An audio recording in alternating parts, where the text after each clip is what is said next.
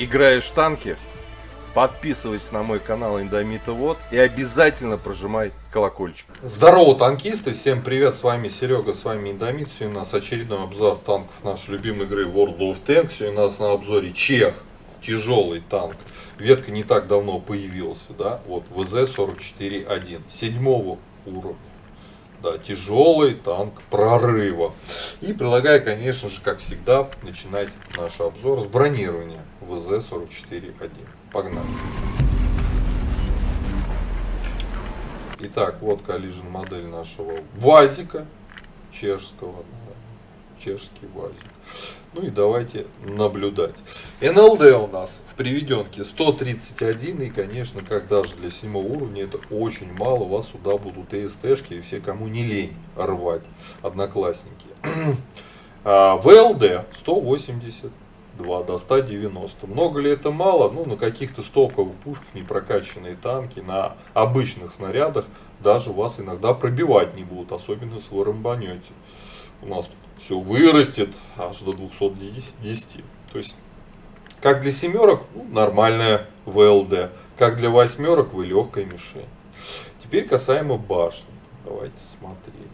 Здесь у нас 193, здесь 202, 204, щеки здесь 202 вот эти, да, полосочки 209, рикошетная, хороший угол наклона здесь у башни, сюда ему лучше не стрелять, хотя вот сейчас правильно поставим, вот 201 рикошет здесь, 205 рикошет под прямым, чуть-чуть довернули, уже он сюда пробивается. И это нужно тоже помнить. Маска орудия у нас 300, 300, 350. Короче, с маской орудия проблем нет. Но есть вот такой лючок в 75 мм. Он достаточно большой. Со среднего и близкого расстояния, в принципе, сюда закидывать можно. Боковое бронирование у нас 80 мм. На гусеничную полочку у нас 92 вырастает. Да? Вот. Ну, от борта может, что, конечно, может с таким-то бронированием. Через каток не бьется. Не бьется. Все здесь ровно. Но подставляет вот эту щеку ВЛД, где у нас 182. Вот такое вот бронирование у этого танка. Пушка у нас аж 3, 2 7-го левела и топовые 8-го левела на танке 7-го, да. Вот. А начинать играть, в принципе, можно на этой пушке, не рваться за свободный опыт. Вот. Она, конечно, не ах какая, да, но во всяком случае у нее заряжается пушка быстрее и точность у нее лучше, чем топовое орудие. И ровно как и эта пушка, она в каких-то моментах даже лучше топового. Но здесь у нас альфа так 220, здесь у нас 250, а здесь у нас альфа 320. Извините, 320. Да, пробитие основным 206, голдовым 242. Пушка заряжается долго на стоке, 12 секунд, 0,44 точность, 2,5 секунды время сведения, как будто не самый лучший. Да. Но это танк про игру в упор, поэтому, ну как-то так. Вот, по поводу башни, что он нам добавляет? Она же нам что-то добавляет, по-моему, да, она нам брони добавляет. Вот, и обзора. Вот. По рации всегда рекомендую качать любому классу техники. 2 раза почти разница. Вот. Медленный тяжелый танк, извините, 500 лошадей, а здесь у нас аж целых 680, процентов на 20 можете рассчитывать подвижности. По ходовой 25 градусов в секунду, здесь у нас 23, тоже качать нужно. По полевой модернизации. Так, сейчас качнем чуть-чуть, вот, подключим. Во втором блоке вездеходная ходовая. Здесь сейчас посмотрим. Огневая мощь 2,24 время сведения, точность прям 0,4 дерьмо. И тот параметр говно. Я бы либо не качал ничего.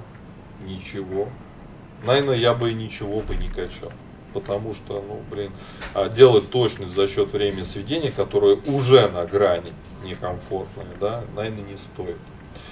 По 5-му блоку однозначно звукоизоляция. Вот, как-то так. По оборудованию. Поставил стандартный комплект, улучшенную закалку, досал. Эти два оборудования ему факт нужны, да. И поставил турбину. Вот, с турбиной он у нас начал ездить 34, без турбины 30. И я вам честно скажу, что с турбиной он даже медленный. Поэтому поставить сюда, например, тот же самый стаб который этому танку реально нужен, да, не получается. Вот. Может быть, и попробуйте на стабе покатать со всем вот этим остальным. Вот. По снарядам основной у нас ББХ летит 900, более-менее нормально. Голда летит косарь 20, тоже более-менее голда у нас подкол. По снаряжению ремка, аптечка, огнетушитель, желательно автоматически, я допаек сунул. Экипаж, 5 членов экипажа, вот перки вы сейчас видите перед собой в таблице. По пушке у нас минус 8, в принципе нормальный, комфортный угол склонения, конечно, хотелось бы больше, но 8 это уже более-менее. По ХП 1540 и нормальный стандартный параметр по ХП. По мобильности все плохо, 3-4 и вперед он их туго набирает, туго едет, 16 назад откатывается, вот назад откатывается он более-менее бодро, 15 лошадей на тонну. По обзору 403 метра, стандартный параметр, ничего сверхъестественного. По плюсам и минусам машины. Танк в принципе не такой большой. Ну, тяжелый танк, но он не прям огромных размеров, и это плюс. По бронированию, ну, броня такая достаточно условная, что-то у него в башне тут есть, достаточно прикольный, даже в ЛД рамбанете более-менее. Но вот эта вот огромная шляпа вверху портит все. Танковать от борта можете. Поэтому ставим, в принципе, такой плюс-минус броне. То есть не прям имба по броне. По подвижности однозначно минус медленный. По обзору стандартный параметр. Нельзя поставить ни плюс, ни минус. Вот. Назвать этот танк супер сбалансированным, язык все равно не поворачивается. Давайте уже отправляться в бой. Посмотрим, на что способен чех ВЗ-44-1 в реалиях современного боя в нашей любимой игре. Погнали. Так, у нас обзор боем ВЗ-44-1, чех, семерка, тяжелый танк. Да, тяжелый танк прорыва. Сейчас прорвем. Потому что попали к девяткам и восьмеркам. Интересно, что мы тут прорвем, мне непонятно только. Епись у них, да, итальяшка, МК-2. Вот интересно, как мне с ними биться, да. Ну, на ледник поедем, налево, тяжелый танк, надо исполнять свою роль в игре. Сейчас мы его будем исполнять. Сейчас посмотрим, как семерка, чех, играет против восьмерок и девяток. Честный для противника и нечестный для меня будет. Подвижность, видите, даже на турбине он еле-еле едет. Так что даже не вздумайте на ВЗ-44-1 ездить без турбин. Вот видите, какая подвижность. Да, ну скажешь, это тяжелый танк, и что? Игра давно изменилась. Очень сильно, да. Тут пытаться что-то от башни играть. Сами понимаете, какая у нас броня в башне для девятки, восьмерки, поэтому такое.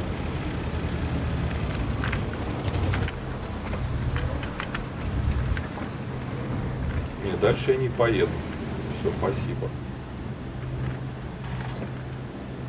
В надежде, что они на нас поедут. Епись, вон понятно, где столярка. Говорят, кстати, может вперед поехать. Ибо итальянец и епись совсем на другой стороне. Мы потащим всех за собой. Надо ехать. Надо ехать, ребята. У них два сильных танка играют на другой стороне.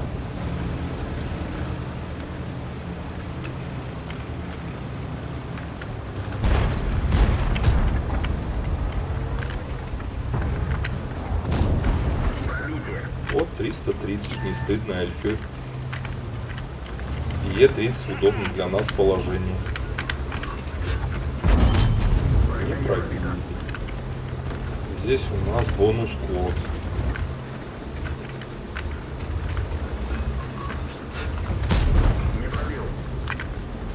Не пробил. Сейчас как Т-30 мне газанет. Вот как могу мансую, реально.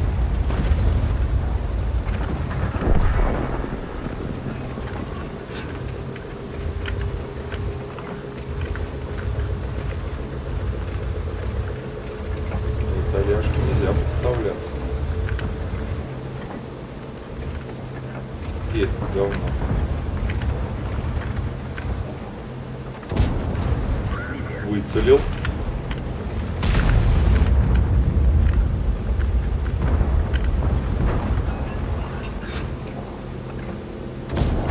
Выцелил. Лючок.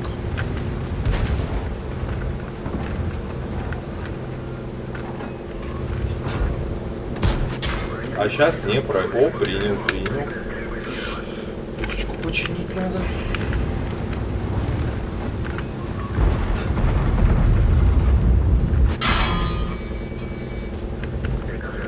Рикошет.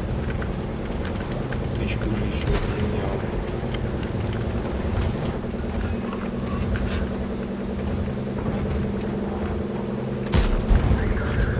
Рикошет. Может, что АББ лучше звездануть? Вот. Сейчас было. Надо под своих их вытягивать. Вот, Т-30 получил.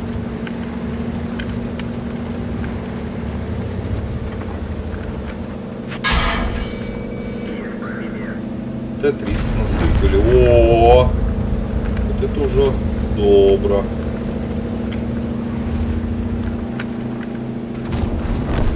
Все, Т-30 поехал в ангар у нас.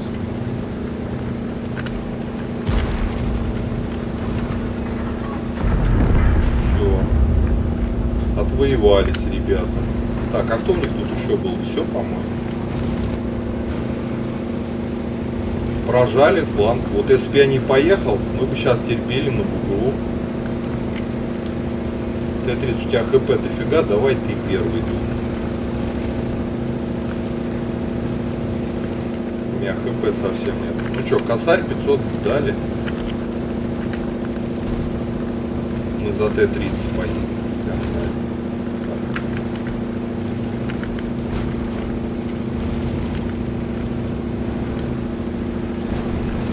Спрячемся за мощный танк.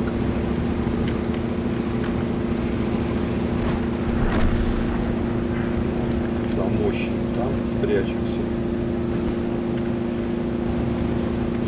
Вот так вот, ребята, надо на тяжелых танках против 8-х и 9-х левелов играть как на тяжелом танке, а не как, раз у меня семерка, все, значит. Нет, не значит. Так, главное, чтобы он там в кустиках не было, итальянцы, да?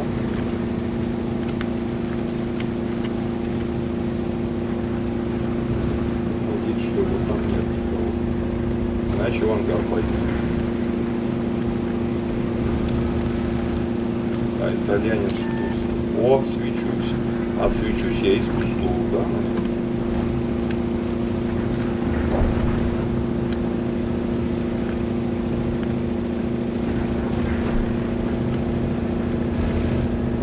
Дадим мы итальяшки. Дали. Больше не дадим. Все. И в кустах у них вон он был. Все. 1800 настреляли, 400 насветили, 2400. Много ли это? Мало. Для этого танка это нормально. Для 7-го уровня суммарного урона 2400 это норма. Но надо стараться делать больше. Ну, блин, тяжело было. Восьмерки все-таки девятки. Семерка вообще любая, СТшка, ПТшка, не знаю, ну ПТшки, наверное, не в той степени, а вот тяжелые танки особенно играть против на 1-2 уровня очень тяжело. Вообще в целом вся ветка чехов тяжелых танков неплохая, это танк тому подтверждение тоже, в принципе, медленный, конечно. Ладно, ребят, пишите свои комментарии, у кого есть ВЗ-44-1, то недавно или давно уже проходил эту ветку, свои комментарии, как вам в целом танк, какое вы, может быть, используете оборудование, сейчас мне напишите, надо стаб ставить, хорошо, вы мне скажите вместо чего. Закалка по-любому нам нужна, да, досол, но это даже не обсуждается. Но если вы не поставите турбину, если вы турбину не поставите, будете ездить 30 км в час. 30, да, как ПТ-САУ штурмовые практически. Вот, поэтому ставьте лайкосы, подписывайтесь на канал, а я вам говорю до скорых встреч, пока. Играешь в танки? Подписывайся на мой канал Индомита Вот и обязательно прожимай колокольчик.